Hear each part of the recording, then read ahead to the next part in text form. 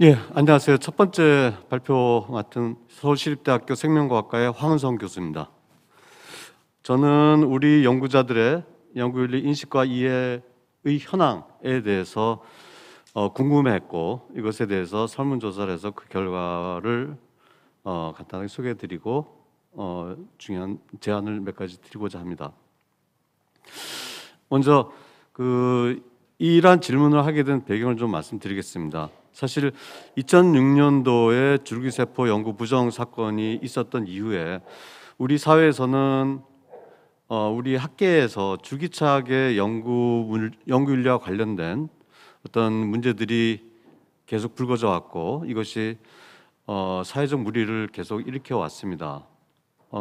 근래 들어와서는 그 사회적 물의의 그 크기도 상당히 큰 듯하게 느껴지고 있어 연구하는 입장에서는 이런 것들이 우리 연구자들에 대한 국민의 신뢰를 많이 떨어뜨리게 되지 않는가. 솔직히 뭐 이런 생각도 하게 됩니다. 우리가 국민들이 이렇게 연구자들에게 신뢰를 보내주지 않으면은 국민들이 연구자들이 쓰고 있는 연구비 그 사람들한테 왜 주냐 하는 그러한 판단도 하게 될 것 같아요. 그런 상황이 벌어져서 굉장히 겁나기도 하고요. 또 실질적으로는 우리 연구자들 자신들도 연구윤리에 대한 자신감을 스스로 잃게 되는 그러한 지경에 이를 수 있다고 우려가 되었습니다. 그래서 지금 현재 우리가 스스로의 연구와 연구윤리에 대해서 얼마나 자신감을 가지고 있고, 또 연구윤리 교육은 그 목적을 얼마나 잘 이루고 있는지를 판단하고자 이러한 설문을 했고요. 저희들이 설문한 것은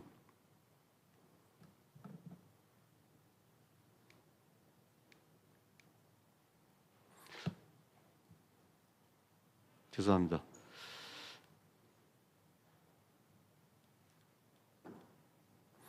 설문은 9월 12일부터 9월 30일까지 19일간 우리 학총에 회원학회 684개 학회가 있다고 하는데, 학회를 대상으로 학회의 임원진과 회원들에게 링크를 전달해서 응답을 해달라고 부탁을 하였었습니다. 그래서 200명, 정확하게 200명의 응답이 왔습니다. 그 응답자의 성격은 좀 이따 말씀드리도록 하고요. 이 설문과 함께 작년도 21년도에 연구재단에서 정책과제로 매년 하고 있는 대학 교원의 연구윤리 인식 수준 조사에 관한 연구 보고서가 있습니다. 그 보고서 안에는 관련된 그러한 연구윤리와 관련된 그러한 서문이 있고, 그것에 대해서는 상당히 큰 응답자 규모가 있었습니다. 2292명이 응답을 해서 상당히 유의한 그러한 결론을 내릴 수 있는 규모의 설문이 이루어졌었는데, 이 설문 조사 결과와 함께 제가 설문했던 내용에 대해서 분석한 결과를 말씀드리도록 하겠습니다. 다시 말씀드리지만 본 설문의 참여자는 200명이고요. 그 구성원을 보게 되면 대학원생 37명, 포스닥 또는 연구교수 15명, 위에 해당되지 않는 연구원, 아마 뭐 일반 연구원 라고 우리가 볼 수 있는 그런 사람들이 19명, 그 다음에 6년 이하의 교수, 즉 학교에서는 조교수에 해당되는 그런 사람들이 응답을 해줬습니다. 국제연구소의 연구원들도 응답을 해줬고, 그래서 25명이 여기 포함되고, 그 다음에 조교수, 부교수 이상의 교수 또는 국제연구소의 좀 시니어 연구원들 이 89명이 응답을 해주었습니다. 그리고 기타는 상당히 다양한 그러한 이유에서 여기에 소속되지 않은 분들이 15명 있었고요. 연구 분야는 자연과학, 공학, 그리고 의학이 75%를 이루고 있습니다. 그래서 이 이공계 분야의 연구자들이 75%였고, 나머지 사회과학과 인문과학의 연구자들이 25%가 가량 4분의 1 정도가 응답을 참여를 하였습니다. 이 참여한 200명의 실제로 현재 연구 수준을 엿볼 수 있는 그러한 질문을 하였었습니다. 이 아래 질문을 이제 가지고 말씀드리겠습니다. 우리가 연구를 하는 데 있어서 굉장히 중요한 동인이 어떤 발견의 기쁨, 연구 과정에서 얻어지는 발견의 기쁨 또는 정보 창출의 희열이라고 하는 것이 가장 중요한 동인이 된다고 하는 것은 연구하는 사람들이 다 알고 있는 점입니다. 연구에서의 열의도를 우리가 엿볼 수 있는 그러한 건데요. 그러한 경험을 하고 있느냐에 대해서 질문을 했었습니다. 그래서 위에 때때로 그러한 기쁨이나 희열을 느끼고 있고 이를 통해서 큰 자극을 받거나 앞으로 그럴 것이라고 기대하고 있다. 또는 그런 모습을 연구실 동료들에게서 본 적이 있고 이에 나도 힘을 얻어서 연구하고 있다라고 대답한 사람들이 약 93% 됩니다. 거의 대다수죠. 나머지 7%는 그런 것을 경험해 본 적이 없고 내 연구는 그런 것과 관계없는 연구다. 또는 연구가 어렵고 연구하면서 생활이 힘들어서 빨리 학위를 마치고 싶다라고 하는 그러한 답을 한 사람들이 7% 됩니다. 그래서 저는 앞에 두 답을 한 사람들을 연구 열의도가 높은 그룹이라고 분류를 하고 아래 두 개의 답을 한 그룹을 연구 열의도가 낮은 그룹이라고 분류를 해서 역시 같이 분석에 이용을 해봤습니다. 근데 이러한 점에서 제가 이 설문 응답자들에 대한 전체적인 분석은 응답자들 대부분들이 현재 진지하게 연구를 하고 있는 사람들이고 따라서 본 설문은 우리나라 전체 학계의 상황을 정확하게 반영하지는 못할 것이라고 하는 우려를 좀 하면서 분석을 시작을 하였습니다.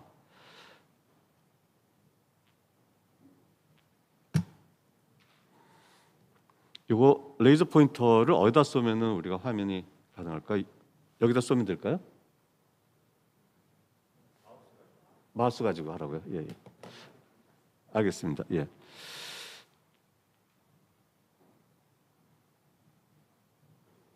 자, 첫 번째 제가 분석을 한 것은 우리 설문에 참여한 사람들의 연구윤리 관련 인식의 현황입니다. 교육과 인식의 현황인데 첫 번째 물었던 것은 연구윤리 교육을 받은 횟수와 교육에 대한 만족도를 물어봤습니다. 다행히도 97%의 응답자들이 한 번 또는 두 번 이상의 교육을 받은 것으로 나타나고요. 다만 인문학 계열의 연구자들의 일부는 그러한 교육을 받은 경험이 없다고 답을 한 것이 있습니다. 근데 흥미로운 것은 이렇게 교육을 받은 사람들 중에서 별로 배운 것이 없다고 생각하는 사람들이 11%, 23%에서 3분의 1이 연구윤리 교육에 대해서 별로 배운 것이 없다고 대답을 해서 그 효과에 대해서는 다소 부정적인 생각을 하고 있다는 점이고요. 두 번째는 연구윤리 이해와 실천 의지에 대해서 물었습니다. 연구윤리를 잘 알고 있고 연구 부정을 행하지 않을 것이라는 자신이 있는가라고 하는 그런 질문이었는데 그런 자신이 있다라고 대답한 사람들이 54%, 잘 안다고 자신하지 못하지만 지금까지 와 같이 앞으로 잘 해낼 것이라고 생각하는 사람들이 36.6%, 두 그룹을 합해서 90%가 넘는 사람들이 연구 부정을 행하지 않을 자신이 있거나 앞으로 그럴 것이라고 기대를 스스로 하고 있었습니다. 다만 그래서 이제 상당히 이제 안심되는 그런 부분이 되겠죠.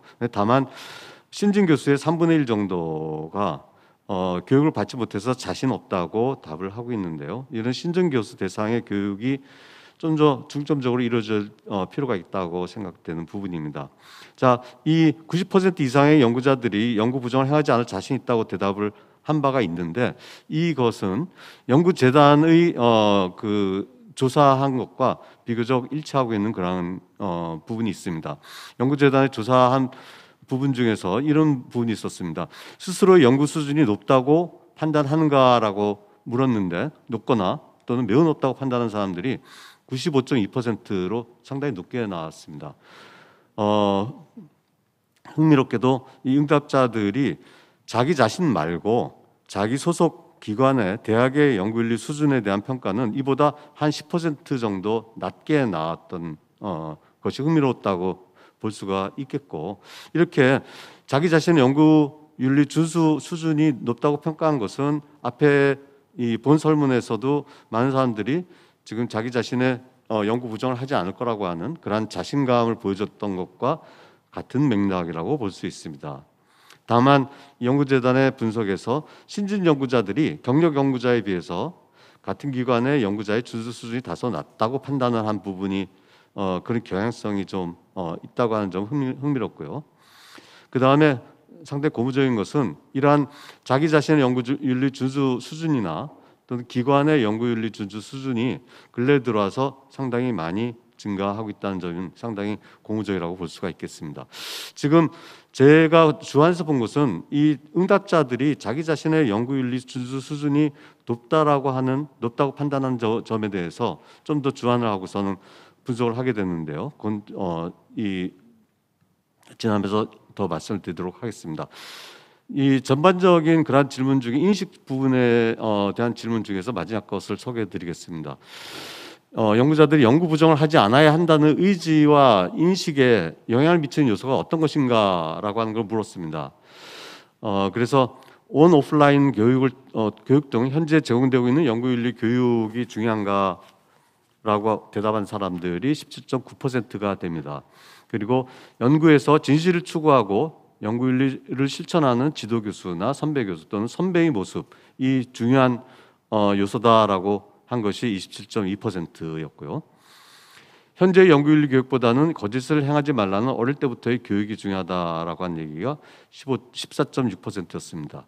그리고 중요한 부분은 진실된 연구 수행이 내 연구의 지속성과 가치를 확보하는 데 필수적이라고 하는 스스로의 인식이 중요하다라고 한 대답을 한 사람들이 40.2%였습니다. 사실은 제 개인적인 생각이기도 하지만은 내 연구를 수행하면서 이 연구의 지속성을 확보하기 위해서는 진실된 연구 수행을 해야 된다라고 하는 것이 굉장히 중요한 부분인데 다행히도 이것이 굉장히 윤리적인 연구를 하는데 중요한 영향을 준다고 하는 것이라고 하는 답을 생각하는 사람들이 굉장히 많았다는 점입니다.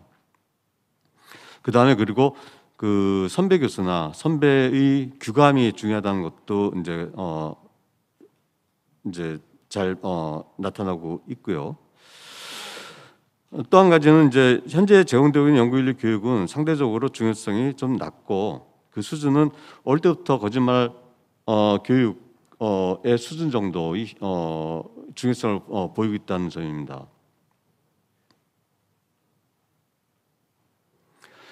다음으로는 실제로 연구 부정행위 또는 연구윤리 관련한 세부 문제를 가지고 얼마나 잘 이해하고 있는가를 질문을 통해 갖고서는 파악을 하고자 하였습니다. 표절과 관련된 문제, 또 자기 표절과 이중계제와 관련된 문제, 데이터 진실성 문제, 저자 또는 저작권 문제에 대한 질문을 하고 이해도를 파악을 하였는데 본 질문들에 대해서 혹시 달리 생각하시는 분들도 계실 거고 또 본 질문이 주관적이라고 생각하시는 분도 계실 겁니다. 그분에 대해서 저도 고민을 많이 했고요. 근데 이 질문이나 그 질문에 대한 정답이 제 주관적인 판단에만 의지하지 않고 있다고 하는 점은 우리가 이 응답자들을 보면서 퍼센티지를 보면서 우리가 좁은 이해를 할 수가 있을 것 같다고 생각을 하고 말씀을 드리도록 하겠습니다. 먼저 표절과 관련된 이해에 대한 분석이었는데 표절과 관련해서는 다 6개의 질문을 제가 던져봤습니다. 첫 번째 질문 한번 예를 들어서 구체적으로 말씀드리면은 타인의 논문에 있는 한 문장이 지금 내가 표현하려고 하는 바와 잘 일치하기에 그 한 문장을 그대로 가져다가 내 글에 삽입해서 쓰면은 표절일까 아닐까라는 질문이었습니다. 이것은 사실은 표절의 원칙 또는 글쓰기의 원칙에 대한 이해가 충실하다면 답을 할 수 있는 부분이라고 생각을 하고요. 실제로 응답자의 대부분이 이것은 표절이라고 판단을 하였습니다. 다행스러운 일이기도 하고 이 질문이 주관적인 질문이 아니라고 하는 것을 잘 보여주고 있습니다. 실제로 질문에 대한 정답률에 대한 분석은 다음 슬라이드에서 하도록 하고요. 두 번째 질문은 타인의 글에서 10개 정도의 문장으로 된 한 문단을 그대로 복사해서 내 글에 쓰긴 하지만 출처 표시를 했습니다. 제일 끝에 출처 표시를 한 경우에 이것은 괜찮은 일일까라고 하는 질문이었습니다. 사실 우리 연구윤리 지침이나 이런 그 지침서에 보게 되면은 출처 표시를 중요하게 얘기는 했는데 사실은 그거 갖고 좀 부족한 점이 있습니다. 우리 규정의 문제점이라고 전 지적을 하고 있는데 예를 들어서 실제로 이런 사례를 가지고 이 설명을 드리겠습니다. 이 질문을 어떤 사람이 글을 썼는데요. 쭉 글을 쓰고서는 이 문단의 제일 끝에 각주를 달았습니다. 각주를 들어가다 보니까는 참고한 문헌이 리스트가 되어 있고요. 이 문헌은 사실 들어가 보니까는 이 노랗게 하이라이트된 부분이 똑같이 들어와 있었습니다. 그래서 이것을 표절이라고 판단하고 물어봤습니다. 실제로 저자한테 당신 표절한 거 아닌가 물어봤더니 이 사람이 자기는 표절하지 않았다. 왜 그러냐면은 다른 사람의 글이었다고 하는 것을 끝에 추처 표시를 했기 때문에 이게 왜 표절이냐라고 반문을 합니다. 근데 사실은 테크니컬하게 이건 표절이에요. 왜 표절이 되냐면은 우리가 글을 읽을 때 이 문단의 끝에서 각주 표시를 봤을 때 우리는 상식적으로 생각하기에 마지막 이 문장, 인터넷 문화의 급속한 확산에도 불구하고 그 한가운데를 차지하고 있다라고 하는 이 마지막 문장이 다른 사람의 글이 왔거나 다른 사람의 아이디어가 와서 추처 표시가 되어 있는 것으로 판단을 할 겁니다. 설마 이 꼭대기서부터 다른 사람의 글이나 아이디어가 왔다고 판단하지 않을 거예요. 표절의 정의상 다른 사람의 글을 자기의 글인 양 착각하게 만드는 것, 그 글 쓰는 수고에 대한 크레딧을 잘못 주게 만드는 것이 표절인 것이죠. 그런 일이 여기서 벌어지게 된단 말이에요. 그래서 문장을 많이 갖다가 쓰고 그 끝에 추처 표시를 했을 때는 이러한 실수에 의한 그러한 표절이 발생을 할 수가 있습니다. 그래서 이것에 대해서 얼마나 잘 이해하고 있는가를 물었던 질문이고요.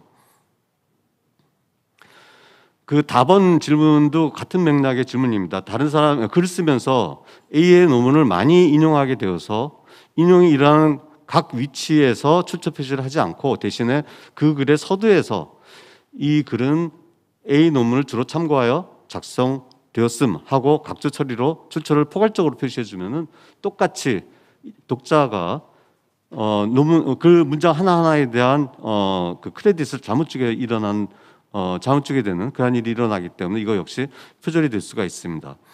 라번 질문은 사실 라번 질문하고 동일한 질문입니다. 이거 제가 작성 과정에서 약간의 실수가 있었던 부분인데 아무튼 나라는 거의 동일한 질문이라고 보시면 되고요. 이 전문 인용의 문제였고요.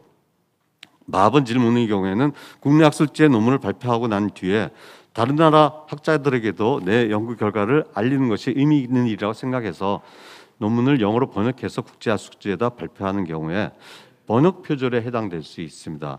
이것에 대한 이해를 물은 것이고, 바번의 경우에는 다른 논문의 이론을 소개할 때 논문의 글을 그대로 쓰지 않고 말을 잘 바꾸어서 문장 주소도 검사해서 낮은 퍼센티지로 나왔을 때 출처를 굳이 밝히지 않고 쓰면 어떤가라고 한 질문이었는데, 이것은 출처를 밝히지 않고 쓰면 아이디어 표절이 되는 것입니다.